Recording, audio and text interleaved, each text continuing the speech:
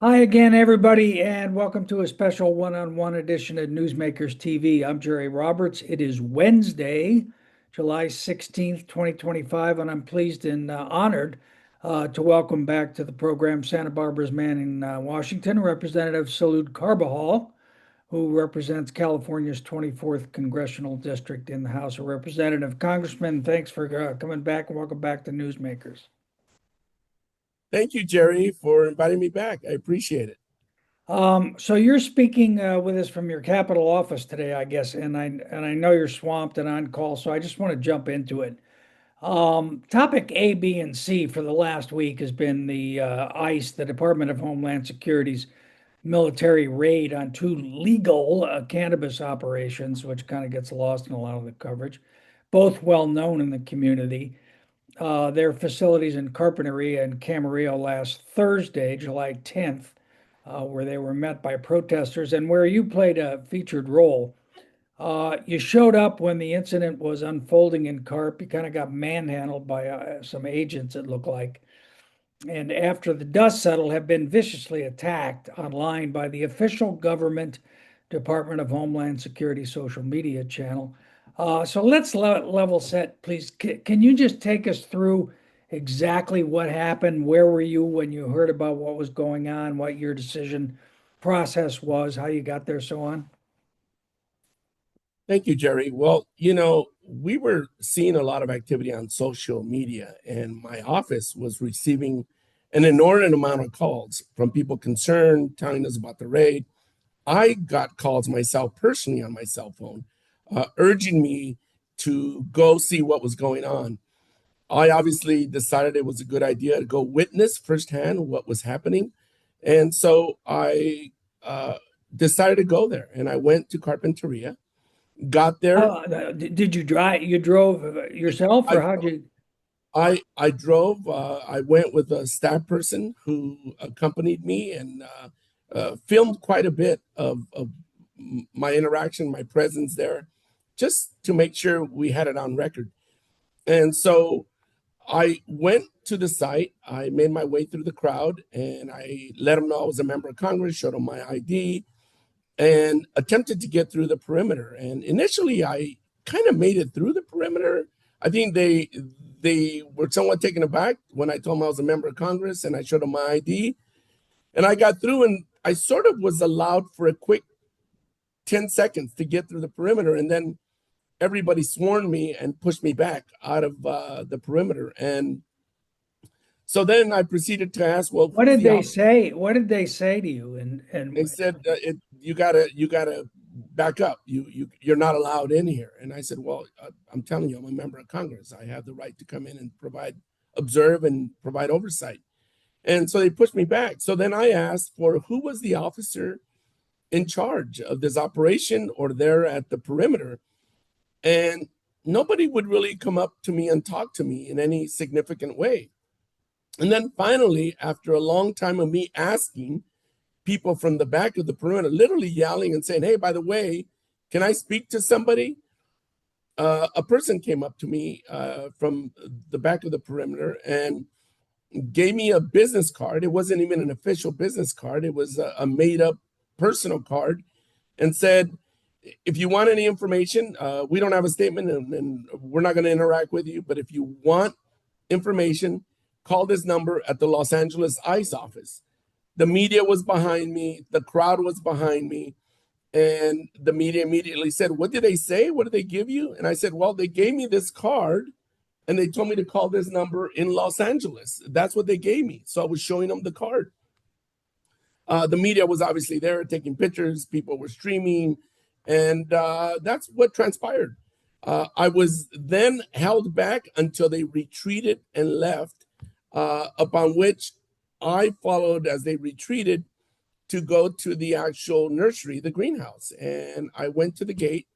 The gate was broken. The person representing the greenhouse told me that they had broken the gate and he was trying to fix it. He told me it was his estimate that they took 10 or so people, and nobody knew where they were taking them. I didn't get information where, what, nothing. Um, And I actually, after that, went back to my office, had my staff attempting to call that number in Los Angeles. Nobody ever got back to us. It wasn't until yesterday, I believe, that we got some information back. Nobody would talk to us. No transparency, no accountability. And so my team posted online that this was a militarized operation. All the ICE and Homeland Security officers were wearing military uniforms.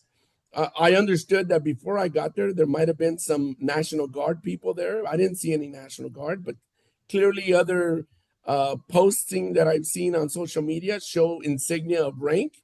So there must have been some National Guard people there earlier. But the Look, people I saw were ICE agents and Homeland Security agents dressed in military grade weapons.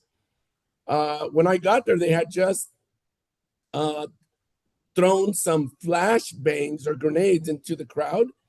And it's my understanding from various accounts there that a number of people got hurt, including a child who they showed me the shrapnel from one of the grenades that looked as big as this. I left it in Santa Barbara. I didn't bring it with me, but it was as big as this, and that's what hit the child. Um, this was a disproportionate show of force. It was overkill, and it was basically bringing a militarized operation to our streets. well, In I mean, you served in the Marine Reserve. You're familiar with military things. You've been in government for 10 years. I mean, can you think of a parallel to this? I mean, okay, they want to arrest a guy. I don't know. It seems to me law enforcement does that every day without this kind of sort of intimidation tactic. it was intimidation, it was terror creating, it was creating a hostile environment. It was a terrible situation. Probably about 50 agents or more were there, including military vehicles. They called it a Humvee, but I know it wasn't a Humvee. It was one of those uh, uh, vehicles that many law enforcement get from the federal government as surplus property that look like military vehicles and are military vehicles. And they had one there, and they had a number of military vehicles there. I think they might have had one Humvee there as well, but I didn't really see it much. The other thing is, we saw this spectacle a couple of weeks ago of Senator Alex Padilla being manhandled when he tried to ask a question of Homeland Security. One of your colleagues was arrested trying to inspect a situation in New Jersey. Is there, I mean, what's going on? Is this like beat up Democrats? Well, I think the actions speak for themselves. The bottom line is we're not given access. They're trying to put in policies in place that say we cannot show up unannounced and we got to give 72 hours. Now I understand it's a week. It changes every day. We're not allowed to do our congressional authority oversight to show up at these facilities, which we have the responsibility to do. And certainly the way we are being treated is clear now. They are treating us disrespectfully. They're treating us hostilely. They're pushing us back. They're manhandling us. We saw what happened to Senator Padilla, and you saw what happened to me. Um, it is unconscionable and unacceptable. What about the protesters? You mentioned that there were people protesting, and the ICE people have characterized them as violent and violently resisting. What was your impression of what protesters were doing? That couldn't be further from the true in Carpinteria. There was some activity and interface with some protesters in Camarillo, which is not my district, which I did not visit.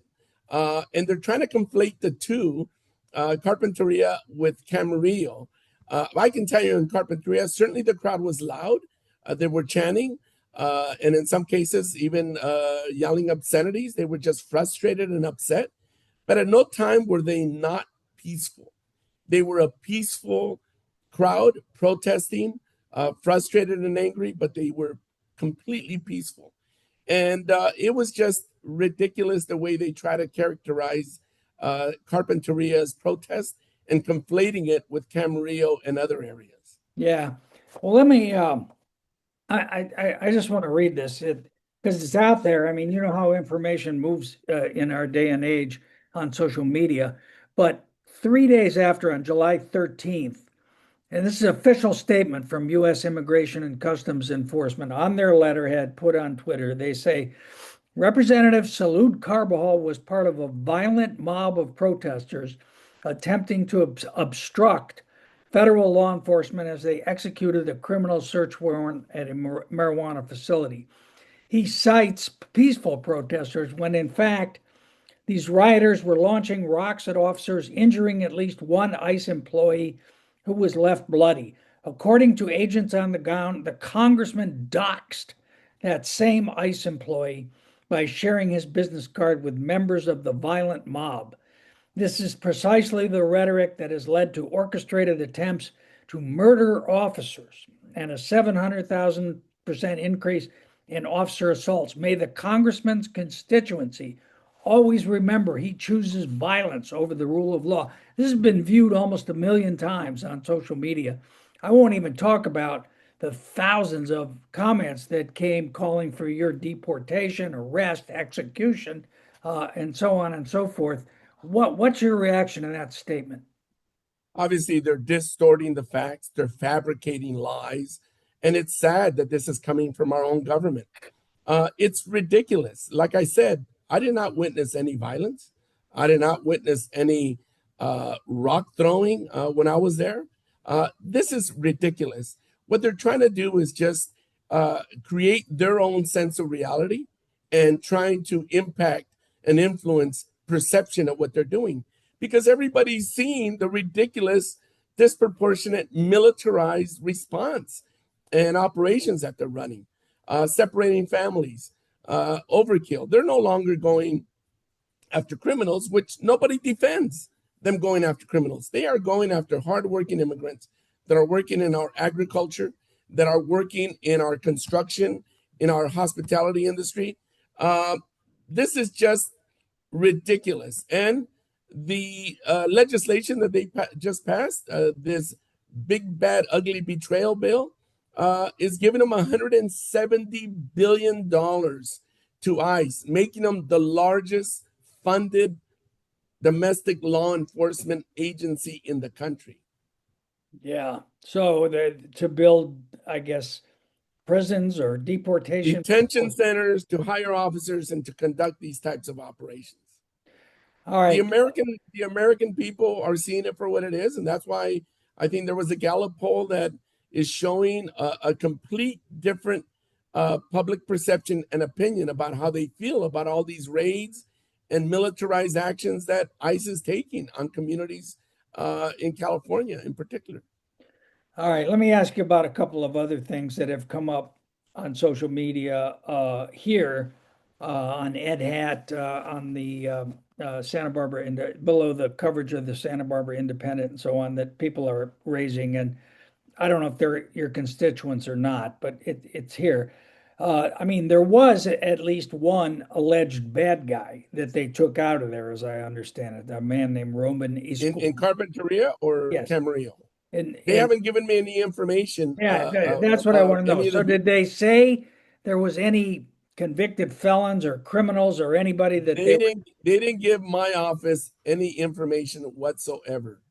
They only provided my office a day ago a sense of where individuals were being processed initially in Camarillo, and then they said they were being taken to Los Angeles for further processing, and some people were going to Adelante, and some people might be taken to other places, and some obviously deported. So But do they didn't you give have us. the They didn't give names? Do you have the names of the people that were taken away that day? no names, no details. As a matter of fact, uh, we're trying to ascertain copies of the affidavit and the warrant to see what was listed in the warrant and to see how much of that corroborates with some of the rhetoric we're hearing come from the ICE agency. Well, here's the other thing they say, and this has got a lot of people concerned. It said 9 unaccompanied minor children were rescued from what looks like exploitation, violations of child labor law, and potentially human trafficking or smuggling, despite violent protesters' efforts to disrupt ICE worksite enforcement operations. It, What do you know You about that? know, What that can was, you if what can that you was the tell us case, about obviously, that? if that was the case, absolutely, they should have been apprehended. But I'm pushing for an independent investigation because we are not getting any information. We're not So getting you have information. no you have You- no No, confirmation that there exactly. were in As fact. well as the warrant. We want to know if the warrant said they were after going in to find out if there were children there. This was a disproportionate use of force. And the bottom line is that what they're saying and their rhetoric and their facts don't sum up. And so I'm pushing for an independent investigation into all the facts that they're telling us, because it's we're getting little to none, and it's just a ruse to not share with the public what's transpiring. What would that independent investigation look like? Who would that be that would The do IG, the IG would actually be the one that from could the conduct Department of this, Homeland Security? or Department of Justice. I thought they fired all those people. Well, you're right, and that's what makes this all very precarious. You should Yeah. know that I think over 1/3 of uh, the lawyers in Homeland Security have quit because they don't feel they can justifiably defend the Homeland Security from all the things they're doing. So, and you're right, they fired a bunch of IGs, and this is the Trump administration shoring up ranks, creating an environment where you can't investigate, but it's not going to stop me and others from pushing. Yeah. So just to be clear, I mean, you don't have any objection if they want to if they want to arrest a bad guy, a convict, someone who Absolutely committed, not. Nobody or if they defends. want to look at, child labor violations. What you're objecting Absolutely. to is the form in which this took, which Their appears, tactics. Their tactics. The tactics that they're employing are disproportionate use of force. It's overkill. It's creating terror. It's creating hostile. is that what they're In trying to do? Is that what they're trying to? well, that's what we're seeing. So there must be the intent to do that.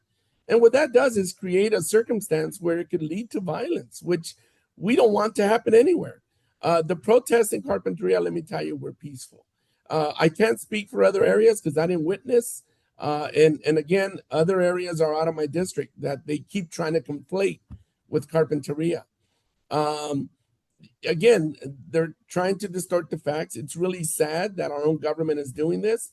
The district attorney in Santa Barbara County has come out, as you saw, a strong statement denouncing these tactics and this use of force and this militarized trauma that they're bringing about to our communities and in the community of Carpinteria. Yeah, one of the things that I've been on about is the way this is all becoming normalized. I mean, Trump withdrew, I guess, what, half the National Guard. There have been military troops on the streets of Los Angeles for a month.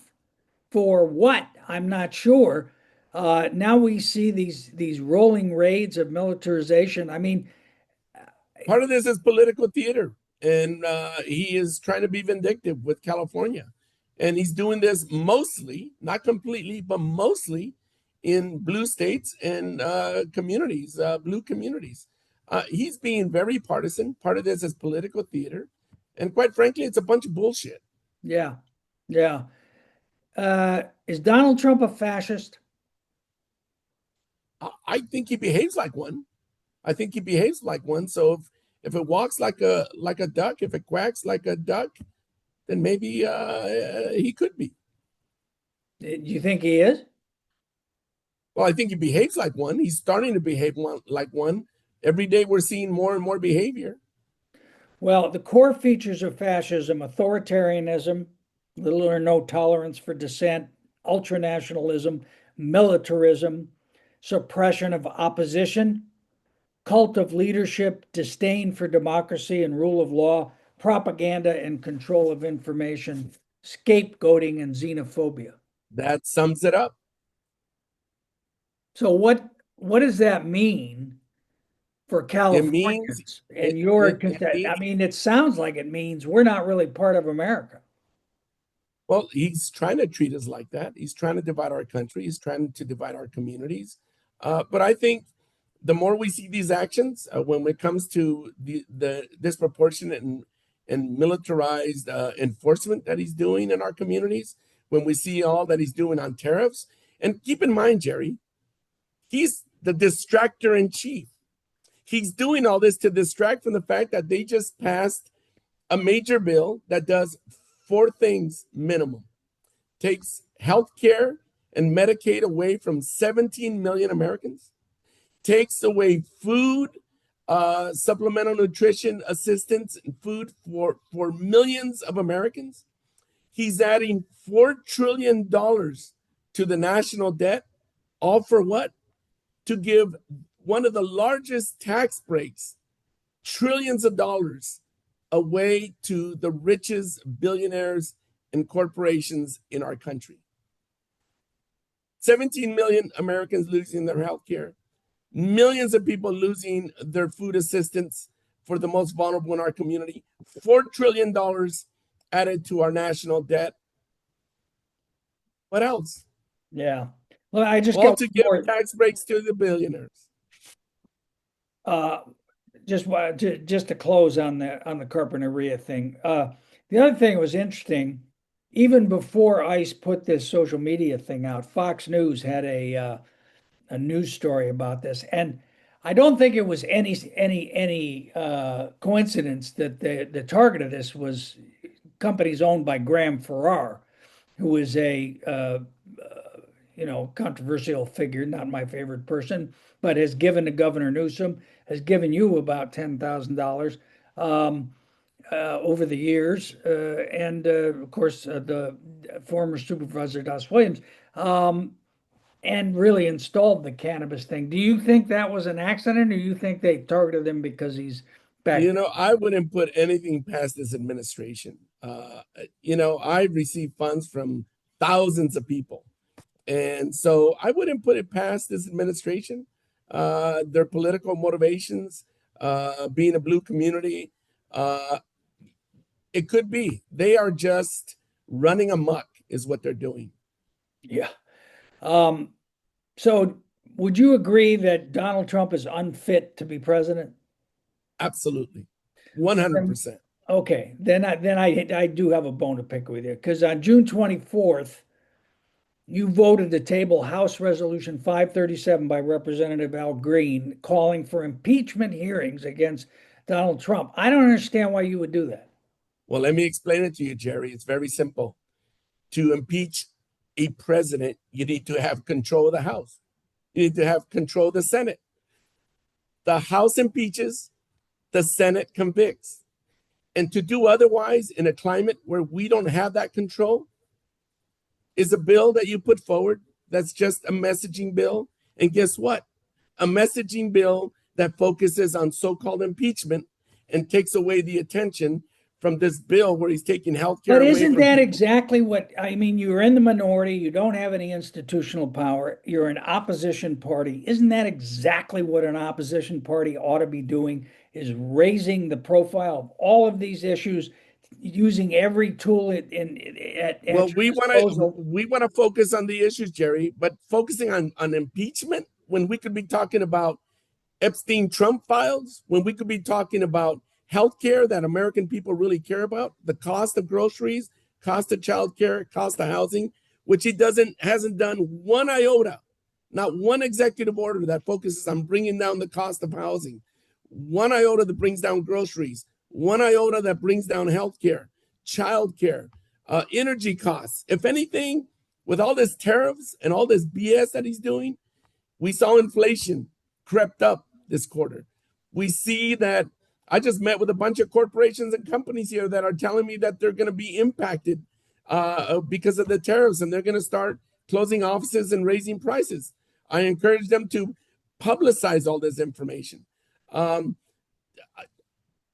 think we don't want to focus on something that is going to be a messaging bill and going to we really cannot move forward impeachment being in the minority and take away from the messaging that we think the American people really care about. But isn't that the message he deserves to be I impeached? think if you tell Americans, do you care about the cost of food, groceries, childcare? They care more about that than some political skirmish about whether he's going But to get impeached or not, especially. all of the reasons that you just cited and summarized very well, explaining why he's unfit to be president, the only tool, whether it's messaging, whether you're in the minority or not, that the Congress has is impeachment. So I don't understand why you wouldn't at least You know put what? your name on that. Trump is the commander in chief in distraction. He wants us to do this so we could focus on that and basically not focus on the Epstein Trump files. All right, let's On the talk fact about that he that. doesn't. Let's talk about the Epstein files because that doesn't seem to be going away, and it seems to be bothering him a little bit. The Jeffrey Epstein, of course, the noted They sexual were predator. buddies. Everybody knows they were buddies, and there's photos every day that come up in social media. So explain to us what's going on in the House right now about whether there's a resolution to release the Epstein files, whatever that means. Where are Republicans? Where are Democrats? Just kind of break it all down, if you would. Well, my Republican colleagues killed a resolution that was being considered to force the release of the Epstein files. They're running scared because Trump's running scared. Why would he not want to put these files forward? We all know why. There's something in those files that has likely Trump written all over it, and that's what's happening here. He's running away from this issue as far as possible, and he's trying to distract. So I think it was unfortunate that my Republican colleagues have really killed his effort. Why should people care about whether the Epstein files are released or not? Because I think it reaffirms what we have known for a long time about Trump, that he is not only corrupt in many ways, and the courts have found him as such, but his character. And it talks about his deviance. And I think that when you really expose these files and these facts, it'll reaffirm to the American people. MAGA is on a quest to find out this information. For years, they kept saying that all these other people were in the files and they were going to be released. Well, lo and behold, I think somebody else is in the files and they're not being released. If there was nothing to hide, why wouldn't Trump not release these files? Yeah. Why wouldn't his attorney general not release these files? It's so obvious that they're trying to hide something. All right, real quick before I let you go, Nick Walsh, my colleague, had a scoop this morning that Supervisor Hartman is now no longer going to recuse herself in matters involving saleable oil. You and I talked about this and what your office was trying to do about stopping the reopening of that pipeline. Where does that stand from your perspective? Well, I think Supervisor Hartman, with her own personal attorneys and county counsel, need to make a decision whether she is within a conflict or not. And if she's not within a conflict, she has every right to deliberate on those issues. Usually, you take caution and you're extra conservative, but if there is a latitude and a corridor by which she can legally participate, I think that's totally up to her and the Board of Supervisors. So anything new from Everybody, your end individual supervisors have to assess that risk, and I'm sure she's doing that. is there any, in the more broadly, is there anything new from your perspective, from your office on the Sable situation? Nothing from my end. I think at this point it's pretty much square in the lap of state officials. All right.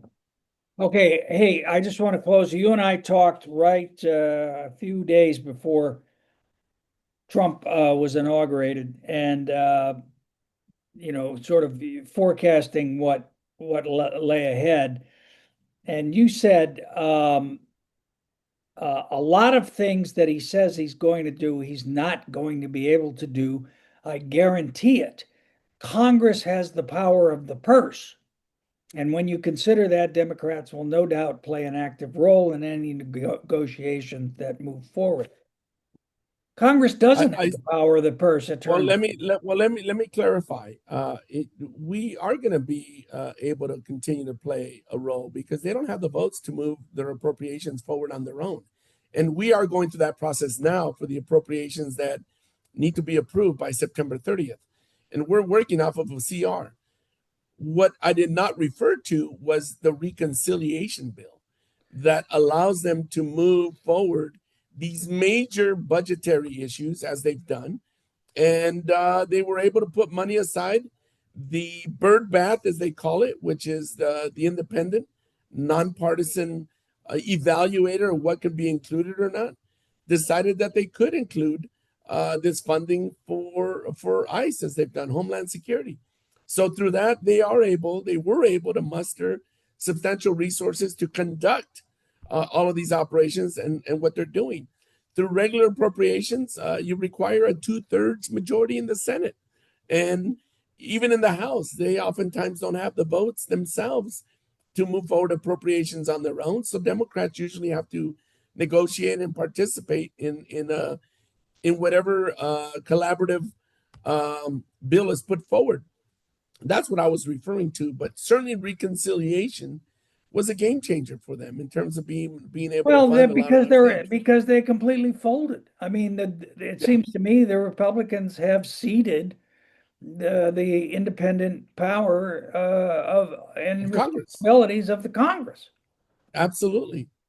Absolutely. I And the think this is Supreme something. Court has said in this Department of Education case that Trump doesn't have to pay any attention to the power of the decisions the Congress makes anyway. It's ludicrous because on one hand, I think that they've said, or in other capacities, that you can't get rid of the Department of Education. But up to a certain point, you could make all the changes and firings and all the stuff you want and reorganizations. But at what point is it destroying and eliminating the Department of Education? And that's really the threshold and the concern. No matter what, they're doing major damage to a lot of the federal government, not just the Department of Education, NIH, USAID, all the programs of public broadcasting, you name it. This rescission package that is being considered this week, they have to pass it by the 18th. The Senate passed something, not the House needs to consider it. They need to get their act in a row and their ducks in a row and pass it by the 18th of July, or else by legally they cannot do it the day after. And they're trying to cut a lot of programs. Hey, I'm imagining you never imagined that you would find yourself in the situation you did last Thursday, where you're kind of being pushed around by federal agents trying to do something in your own district in a peaceful setting.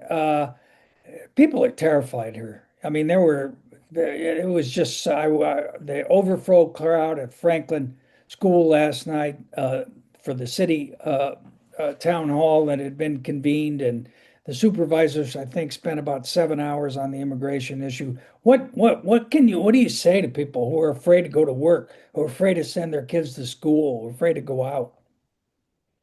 I I'm concerned for their safety as well. I'm concerned for them, and all we can do is, as a community, come together, be supportive, organize. People need to continue to file suits when they see something wrong or unlawful. They need to continue to be active, organize, and protest.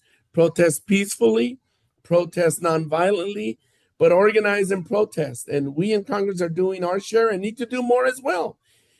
There's more than anybody and everybody could do, and we need to do it. It's all hands on deck. This is not one where one Congress is going to save you or just the general. It's all of us organizing, working together in concert to create and move forward the public opinion that we need, that puts pressure on this administration that they will bow down to. That's the only thing that will, especially while we are in the minority in the House and in the Senate. We hope there will be a change. If history's on our side, we should take back the House in November. But now Trump is calling Governor Abbott in Texas, and saying, do redistricting in a way that gives us five more seats. Add 5 seats. Yes, I mean, that's not so overt political and corrupt and not within the civil rights of people, I don't know.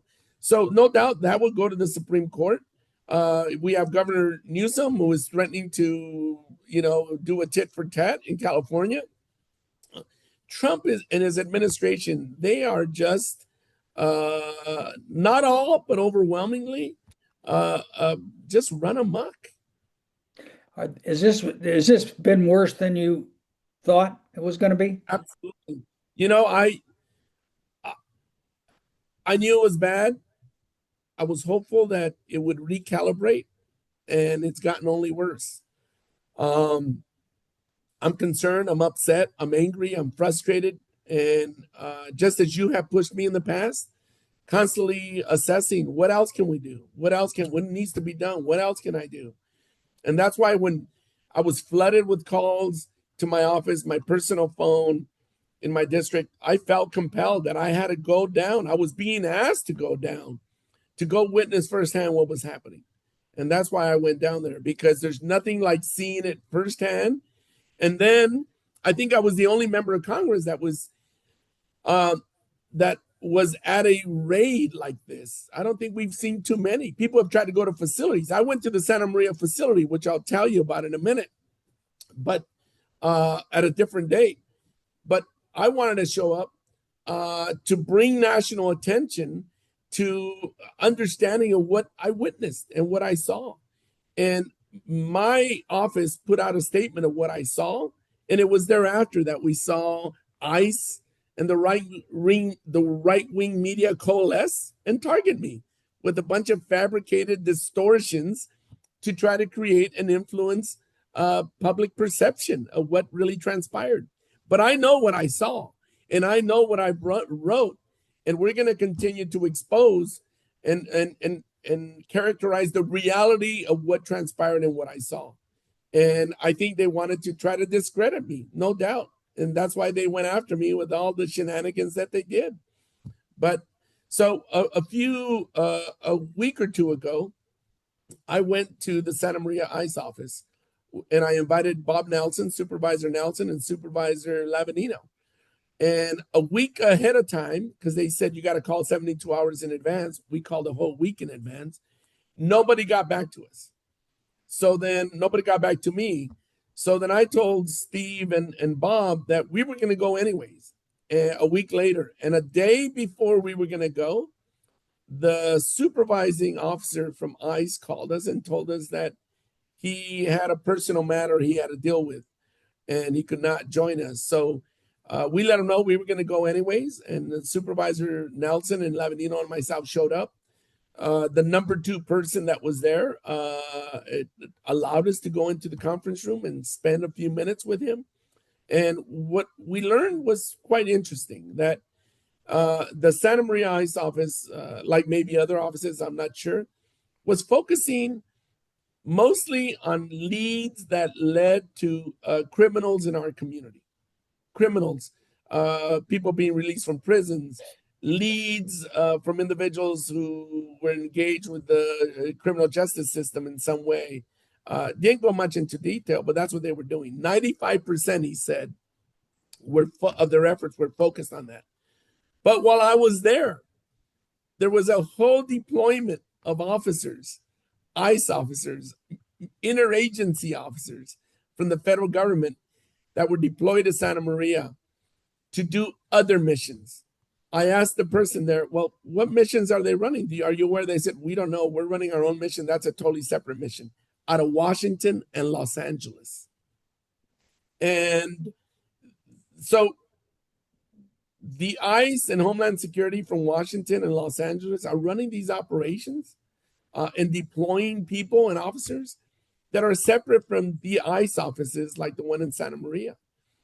And of course, when they're doing these raids, they're, like we were informed just a day or so ago, they're doing processing, some of the initial processing at these ICE facilities before they go to the major facility or other facility in Los Angeles, or facilities like Adelante and other areas. But that's the information I got. I was pleasantly surprised that we were allowed to engage in a dialogue. Myself, Supervisor Lavanino, and Supervisor Nelson in Santa Maria is very tactful. And I appreciated the candid dialogue, but there was limited information the officer could tell us. There wasn't a whole lot of information that we were able to get from him. Yeah, well, it looks to me like what's going on, and particularly with this money that they got in the big bill, he is building an internal security police force with its own prisons, which is loyal to him, not to the Constitution, not to due process, not to the rule of law. And I just find it chilling and fills me with dread about what is going on. And kudos to you for putting yourself out there and standing up to it. But these guys are just getting started, and I hope the Democrats and I hope the opposition, I hope everybody is able to withstand what's coming. Well, I'm fearful that they're creating incendiary, hostile environments and what that could lead to. I'm really concerned for our community. I'm concerned for protesters that are protesting peacefully. I'm concerned for the ICE officers themselves because they're creating a situation that is untenable.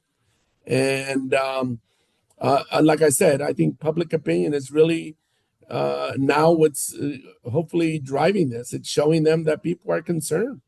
People are extremely concerned about the tactics they're using. And they're not just going after criminals. Let me repeat, nobody defends them going after criminals of any kind, but they are now going after general immigrants that are hardworking, doing. Do they find the bad apple in some of these operations? Absolutely. But that's just like me saying in Los Angeles, there was an ICE officer who was pulling a gun in a restaurant. And all ICE officers are like that. Of course not. But that would be the equivalent of me saying what they're saying. They find one or two bad apples in one of their raids and they say that's what they're doing. But they're doing mass raids now.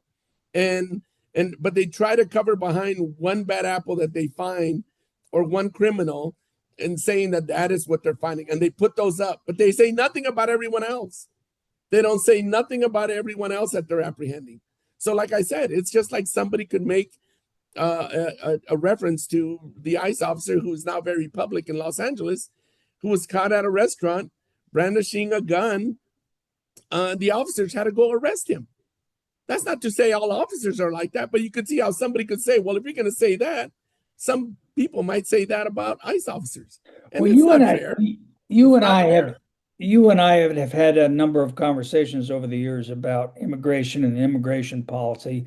And in a parallel universe, 5 or 10 years ago, the issue was what to do about the, however, 7, 10, 11 million people who came here illegally, who are undocumented, but are here and are working and so on.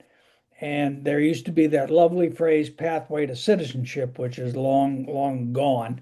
That's not even on the table anymore.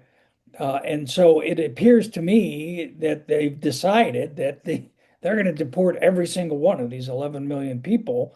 And, any opposition be damned. Well, I think public opinion is the pressure they're going to receive. There's the midterms coming up. Public opinion will make all the difference. Keep in mind, he's doing these mass deportations. He's got the money now to do whatever else he's going to do at the border. He's going to build this wall, to make good on that wall concept, the vanity project that he said he was going to do. There's a couple bipartisan bills that are being considered.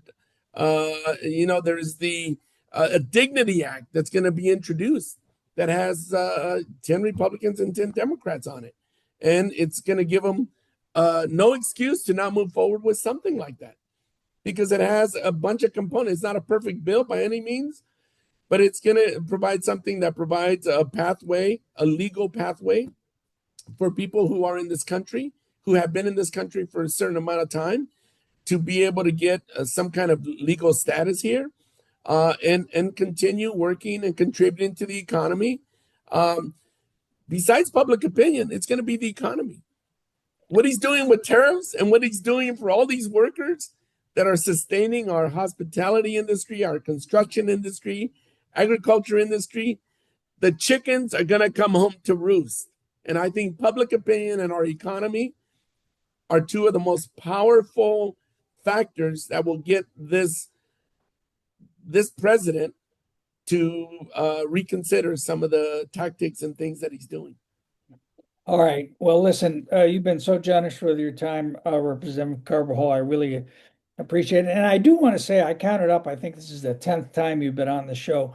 And, in this new information environment, there's a big difference between the Republicans and Trump. And you saw it in the different Republicans and Democrats.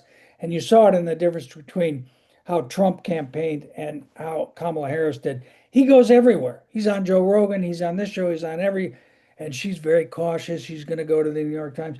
You have been someone who has always understood better, I think, how information flows now, and that you have been someone who has been out and available and accessible to a lot of different outlets, a lot of different people, including this one. And I just want to say I appreciate that.